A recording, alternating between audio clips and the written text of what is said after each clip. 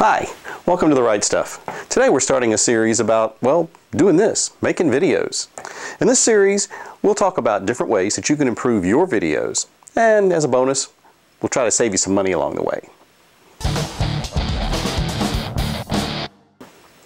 We're starting today with what is probably the most important aspect of video making, light. Without light, your video is really not much of a video at all. It's really more like, I don't know, radio, I guess. And sometimes having not enough light is even worse than having no light at all. So as a general rule of thumb, the more light, the better.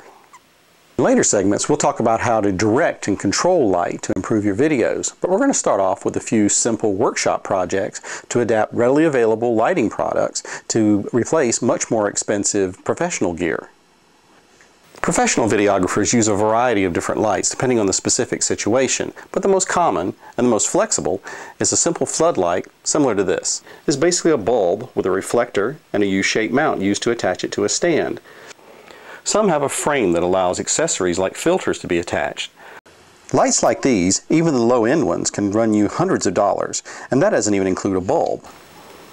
If you go to your local hardware store, you can find something similar in one of these clamp-on style work lights. This one has a 12-inch reflector, can handle up to 250-watt bulb, and runs about $12.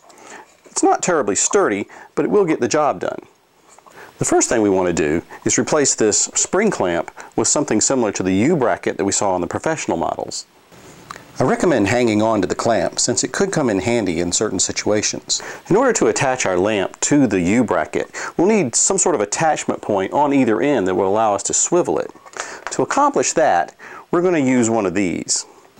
This little guy is called a conduit hanger bracket. It's used to attach metal electrical conduits to ceilings and walls, usually in commercial and industrial construction. You can find these in the electrical department of larger home improvement centers like Lowe's or Home Depot. Now we just need another attachment hole at the other end. Since there is a bolt already on this end, that will serve as the attachment point for, ta-da, a simple L-shaped corner bracket. Between the L bracket and the hole already in the conduit hanger, we now have an axis of rotation for tilting our light. I've gone ahead and installed the 5/16 inch bolts and their wing nuts just to make things easier. Assembly is straightforward. Slip the bracket over the lamp base, insert the bolt, slip the L bracket onto the bolt, replace the nut, and tighten. Next, we just need to make our U bracket. For that, I've purchased a 3-foot section of 1/8 inch thick by 1 inch wide aluminum bar stock. We'll cut this and bend it into the U shape we need for our bracket. With any luck, I'll get 2 or 3 brackets out of this one bar. First, we measure the width of our newly made lamp bracket. That will be the length of the center span of the U bracket. Next, measure the distance from the bracket to the end of the lamp base, allowing enough for the cord to clear the bracket. And that will be the length of the end segments of the U bracket, the arms if you will. We mark our measurements on the aluminum bar. We also mark the position of our 3 holes. We cut the bar to length with a hacksaw and drill our 3 5/16 inch holes. I'm using a drill press, but you can use an electric handheld drill.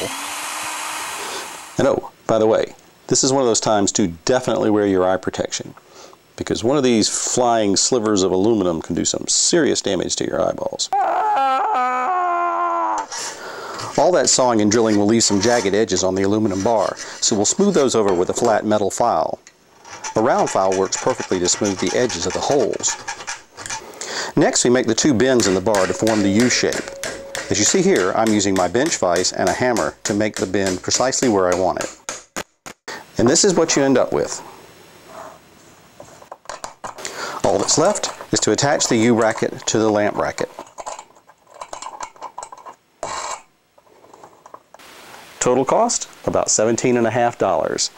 Add another $10 for a nice compact fluorescent like this one that puts out the equivalent of a 150-watt incandescent bulb but only uses 42 watts, and you'll be ready to shed some light on your video projects. In the next installment, we'll show you how to make some accessories for our upgraded El Cheapo lights like barn doors and filter holders. So stick with us, and by the time we're through, your videos will have all the right stuff. See you next time.